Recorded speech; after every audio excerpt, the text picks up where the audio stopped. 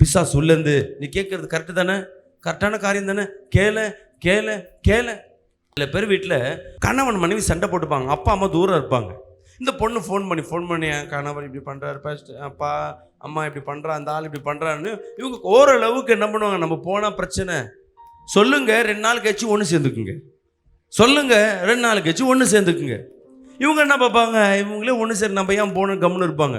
ஆனால் ஒரு வேளை அதிகமாக சண்டை வந்துன்னா எங்கள் அப்பா அம்மாட்ட சொல்கிறேன் பாருன்னா அவங்கள போய் டெம்பு ஏற்றி கோபத்தை ஏற்றி அவங்க சொல்லக்கூடாதுன்னு நினைப்பாங்க.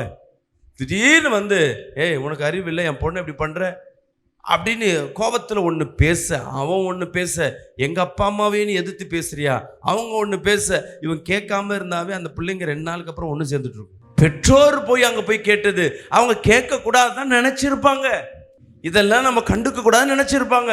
ஆனால் கேட்க முடியாது. இவங்க கேட்ட விஷயம் பஞ்சாயத்துன்னு வச்சு, அப்பா என் பொண்ணு இப்படி போய் கேட்டான், நான் கேட்டது தப்பான்னு கேட்டான், கரெக்டு தான் சொல்லும். பிசாசு அப்படி தான் பேசிகிட்டே இருப்பான்.